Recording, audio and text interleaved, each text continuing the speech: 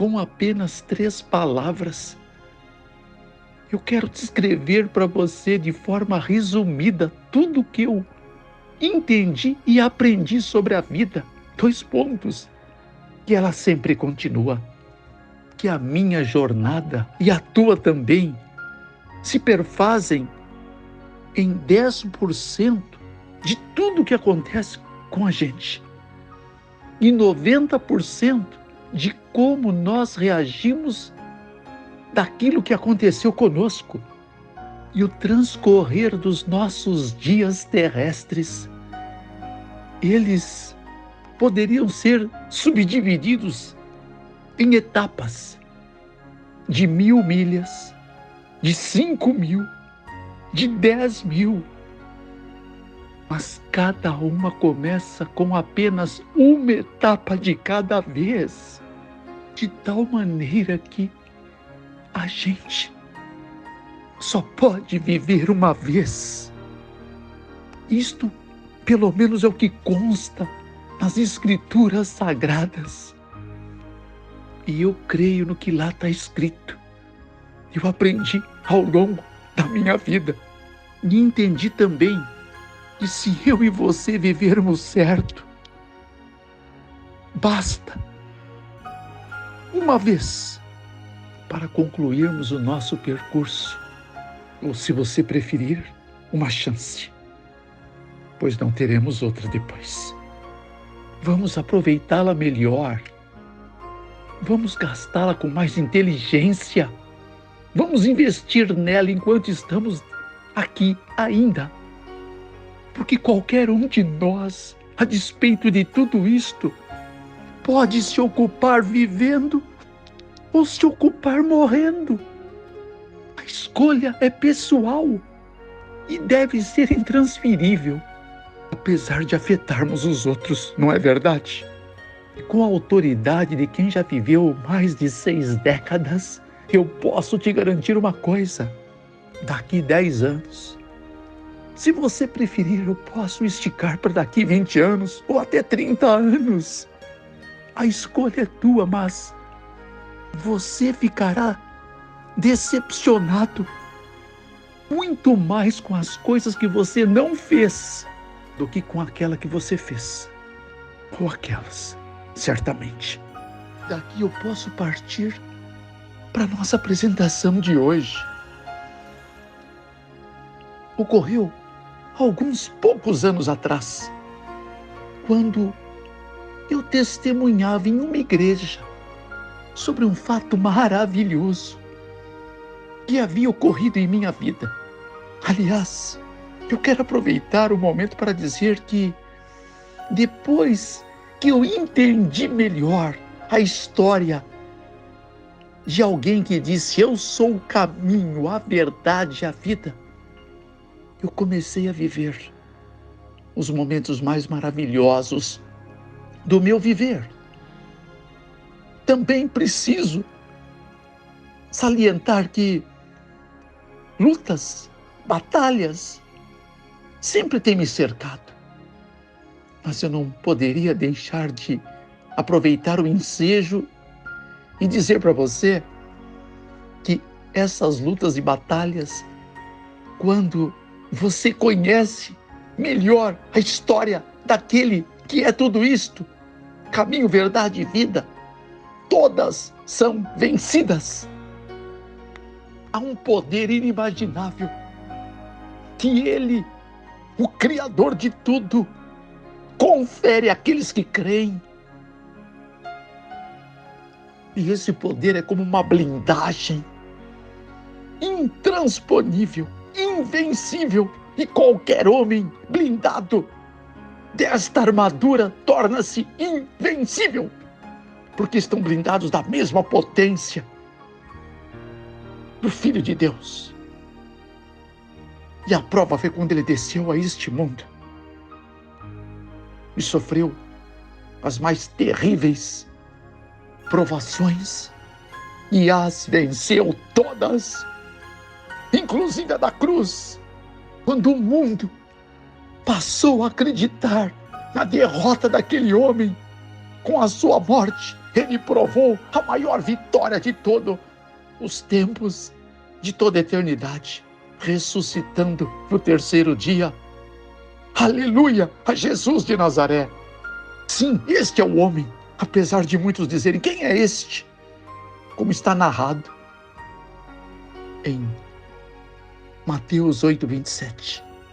Mas eu dissertava naquele testemunho.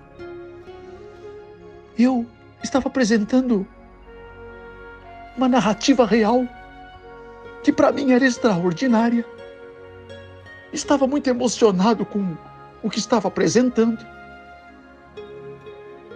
E era o começo dessa apresentação. Algumas pessoas ainda estavam chegando, ocupando lugar naquele auditório. E percebi, a partir de algum momento, que havia várias pessoas em um determinado banco, não muito longe de mim. E uma daquelas pessoas era uma mulher. Ela chorava. E eu, enquanto estava dissertando, procurava entender por que aquele pranto. Ela até soluçava discretamente. Pensei, será que ela está emocionada? Mas ela não poderia entender ainda o efeito, o resultado desse testemunho, porque eu estava ainda, de uma certa forma, no início. Mas ela continuava enxugando seus olhos com lenços. E estava um tanto sensibilizada. E eu comecei a ficar também. Eu até pensei em parar um pouco para poder atendê-la, mas algo me dizia que eu deveria continuar. E eu continuei, até que eu concluí o testemunho. Foi uma tarde, hoje é um começo de noite muito especial. E já após ter findado esse encontro, eu me despedia das pessoas. Já ao estar saindo, e percebi que aquela mulher que eu queria tanto falar com ela, saber o que tinha ocorrido, se eu podia ser útil em alguma coisa, mas ela não estava mais no salão daquela igreja. Aquilo me condoeu muito. Eu perdi a oportunidade de falar com alguém que estava sensibilizada por alguma questão e que algo me dizia que não era necessariamente o relato que eu apresentava. Despedi de todos, bem na porta, e já pronto para me retirar, me dirigindo para a saída, de repente, ela aparece. Eu confesso ter ficado atônito, porque já havia perdido as esperanças, mas ela estava ali bem na minha frente. Que chance que eu tinha agora! Ela olhou para mim, estava com o rosto tudo marcado de pranto, de dor, marcas do tempo. Ela meneava a cabeça com uma certa docilidade, como que olhando para alguém que talvez ela conhecesse. Bom, ela chegou tão perto e disse: o meu nome, Fernando Lux, você não se lembra de mim? Olha, eu digo para você que me ouve agora, que em um relance de segundos, eu busquei no meu arquivo de memórias da onde eu poderia conhecer aquela voz, porque o rosto não era conhecido. E eu corri um certo risco ao proferir o nome. É você, Lilian. ela abriu os braços, abraçou-me e tornou a chorar. Novamente, de uma forma descontrolada, soluçava mais. Sim, ela me conhecia. E só podia ser a Lilian, pois ela atendeu o apelo. Eu correspondi ao abraço. Eu procurei acalentá-la e ela me dizia: o que aconteceu naquela noite era inacreditável. Depois de vários minutos, até que ela conseguiu conter a emoção que ela demonstrava, ela se refez e, com algum soluço, ainda ela me contava que naquela noite que passara, ela teve um sonho. Ela contava que, neste sonho, ela ia me reencontrar depois de muitos anos e que ela deveria ir naquela igreja, naquele domingo, às 18 horas da tarde, e que ela ia ter respostas que ajudariam a resolver o maior problema, o maior drama de sua vida. E o motivo do seu pranto é que ela não imaginava que ela ia encontrar um outro Fernando Lux, completamente diferente daquele que há anos atrás ela havia conhecido. Aquele que ela conhecera havia contratado para ser uma secretária do lar de uma residência muito grande, fina e delicada, onde recebíamos pessoas eminentes da sociedade, onde havia um escritório surpreendente, biblioteca, muitas salas, um vasto jardim, um lugar hollywoodiano. Aquele homem que ela conhecera ali era orgulhoso, arrogante, vaidoso, exclusivista, calculista, dentre outros predicados que eu dispensaria por hora, algo que muitas pessoas são, mas não percebem que possuem este fardo no seu caráter. São condições que a vida enfia no coração de homens despreparados, que buscam mais ideais materiais do que os ideais eternos, e tudo que não é eterno, sempre digo, é eternamente inútil. Mas agora ela via um homem simples, um homem transformado da água para o vinho, ainda que não atingiu o ponto que poderia, mas que lutava para isto. Um homem dotado de humildade, mas não há limite para aprender mais sobre ela. É uma arte, não é verdade? Um homem com uma fala mansa.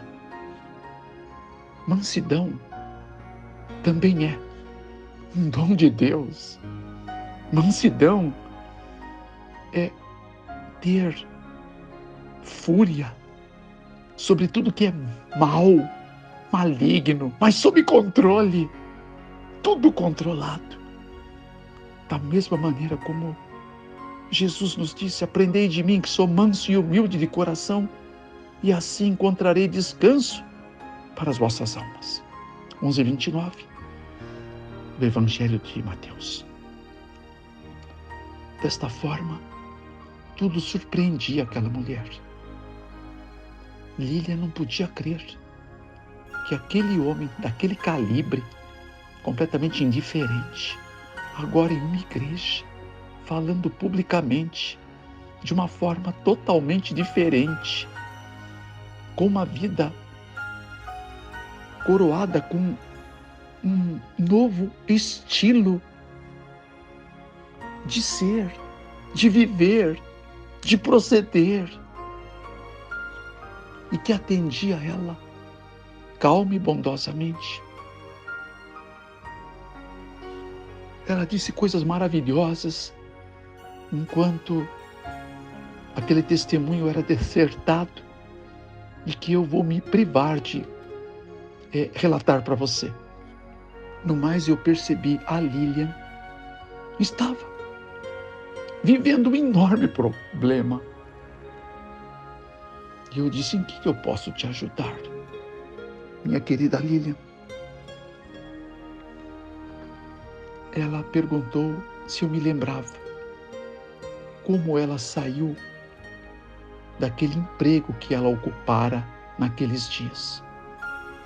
Eu disse: sim, eu posso me lembrar. Você era alguém muito especial para a gente, para a nossa família. Eu apreciava o seu trabalho. Você era jovem, dinâmica, prendada. E uma certa manhã você chegou até o meu escritório, pediu um momento para conversarmos e disse que iria embora, que queria a sua conta. E eu tentando ver se eu podia mudar a sua ideia, perguntando por quê. Se você tinha conseguido um trabalho melhor, porque eu poderia tornar aquele melhor. Mas ele disse: não, você disse que havia encontrado o homem da tua vida, chamou pelo seu nome e que você ia viver com ele e que ele lhe prometera fazer muito feliz. Você aproveitou para me contar que sua criação tinha sido muito difícil, que seus pais eram muito carentes naqueles dias e que não puderam te servir com o que você precisava, que você habitou um pouco com um parente, um pouco com outro parente e não pôde criar raízes mais afetivas e que tinha um vazio no seu coração, e agora aquele rapaz prometera que iria lhe preencher completamente. E eu sugeri para você, Lilian, que não fosse, a não ser para um casamento, não para viver uma vida simplesmente a dois, sem elos efetivos. Mas você disse que não era necessário. Você acreditava nele. Em suma, você mostrou que era inegociável qualquer tratativa e me forçou a lhe dar a conta. Lhe dei uma retribuição pelos dias trabalhados, dedicados, bem acima do que você mesmo esperava. E nunca mais lhe vi. Mas menos de um ano passado, você retornou àquela residência. E você chorava no portão, até que o porteiro, reconhecendo você, perguntou se podia deixar você entrar, e lógico, a confirmação foi instantânea. Você foi logo dirigido ao nosso escritório. Eu estava atendendo pessoas muito importantes, mas algo me fez parar. Eu fui numa antessala para falar um pouquinho com você. E eu fiquei surpreso, porque você estava com quase 9 meses de gestação. Você chorava. e me dizia que aquele homem havia lhe abandonado. E agora, o que eu poderia fazer?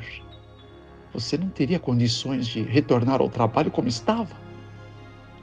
Então, eu preenchi um cheque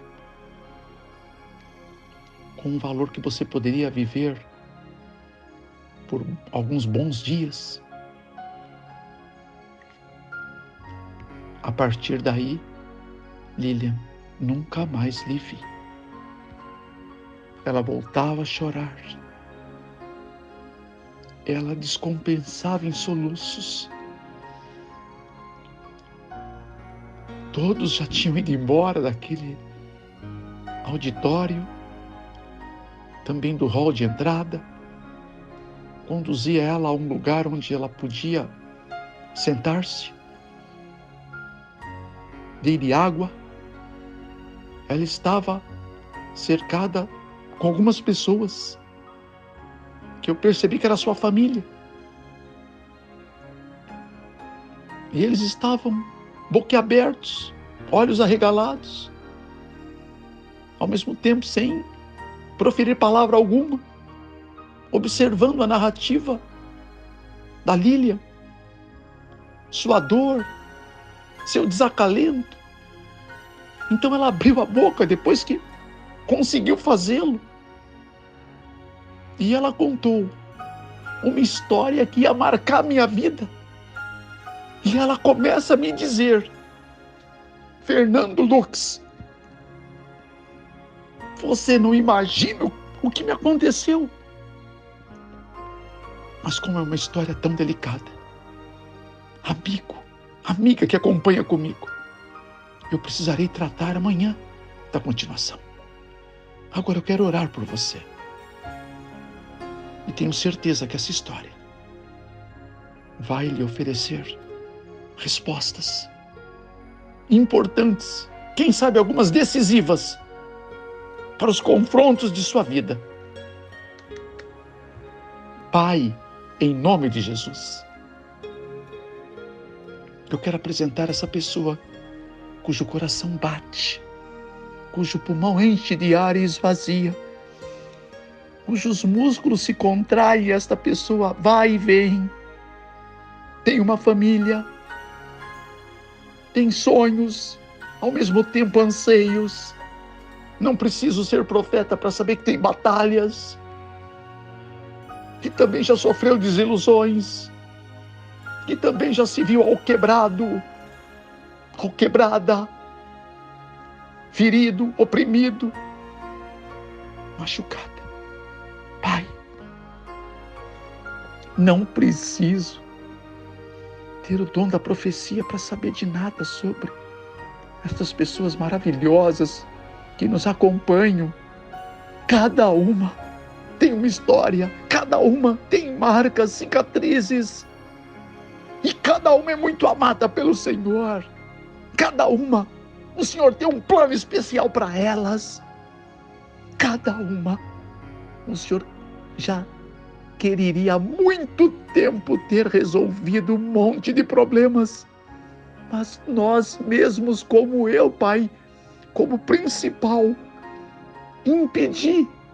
impedimos por dividir a nossa fé com dúvidas, com insegurança, desfocando os nossos olhos da eternidade, que se chama Deus vivente, todo-poderoso, Redentor em Cristo, Senhor dos senhores e Rei dos reis, que ao sermos chamados seus filhos, nos tornamos príncipes e princesas, mas vivemos como plebeus, esperando de homens o que o Senhor apenas tem para nos oferecer, e sem paga nenhuma, pela fé, pelo amor, pela graça, pela misericórdia para alguns.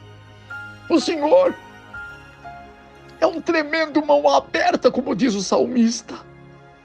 Os teus olhos procuram os fiéis da terra para que estejam contigo, também diz outro salmo.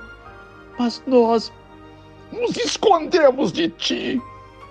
Assim como o casal no jardim do Éden, assim que os seus olhos foram abertos para o mundo, para a maldade, para o ato da desobediência, ficaram com medo de Deus. E o Senhor foi os procurar atrás de arbustos num jardim. Estavam ambos nus, cheios de vergonha, porque haviam afrontado a palavra do Verbo eterno. Ó Deus, e nós fizemos coisas tão parecidas, às vezes muito pior. Nós estamos aqui nessa madrugada para reconhecer que somos realmente carentes de crer que o Senhor é Deus e não há outro, de crer que o Senhor tem todas as coisas que nós necessitamos, de poder acreditar que o Senhor nos chama: vinde a mim, vocês que estão cansados, sobrecarregados, oprimidos, eu vou aliviar vocês. Mas nós não vamos. E quando vamos, Pai, vamos de qualquer jeito. Vamos sonhando com coisas desse mundo, em vez com coisas dos tempos que não terminam. Além daqui, precisamos de uma mudança na nossa vida. Eu sou o primeiro candidato a que o Senhor mude tudo. Eu quero ser um novo homem e acredito que outros também querem. E muitas querem ser novas mulheres, novos jovens. Que o Senhor transborde em nós pelo seu Espírito e que outras pessoas consigam ver alguns traços de Cristo em nós, através da luz que emana do trono de sua glória e de sua misericórdia, para que desta forma possamos ser apresentados a nossas famílias, portadores de um Deus vivente dentro de nós, e mostrá-los para cada um que vale a pena seguir o Cordeiro de Deus que tira o pecado do mundo. Porque Ele cura, Ele sara, Ele vivifica, Ele transforma, Ele ressuscita se necessário. E cria do nada, algo maravilhoso. Assim como pode criar em nós, do nada que somos, um caráter do céu. Eu entrego essas famílias, Pai. Eu entrego esses sonhos. Alguns poderão ser outros que o Senhor tem para eles. Será que eles se atreveriam a desistir de si mesmos, de seus sonhos, de tudo, para que o Senhor seja tudo neles? E os teus sonhos se cumpram neles, como em mim. Eu desisto de mim. Eu entrego meu livre-arbítrio a Ti. Eu entrego a minha vida. Eu entrego a minha família, eu entrego o que sou, o que tenho, para que o Senhor traduza tudo em algo novo. Assim como aqueles que estão em Cristo, nova criatura são. Diz que as coisas velhas são passadas e tudo se faz novo. Eu quero isso para mim, para todos aqueles que querem também, que digam amém. E eu sou um recebedor e penso que outros também o são. Abençoa teus filhinhos. Nós ainda não sabemos o que é a bênção de Deus. Se soubéssemos, nós nunca venderíamos por nada, principalmente por causa de migalhas que nos fazem transgredir a Tua lei. Por tão pouquinho, deixamos de a cumprir. Perdoa, porque nós não sabemos o que fazemos, Pai, como disse Jesus. Que essa história, Pai, real, pura, transforme um pouquinho mais a gente. E ao relembrá-la para narrar aos meus irmãos, Pai, aos meus amigos, transforma-me também. Em nome de Jesus. Amém.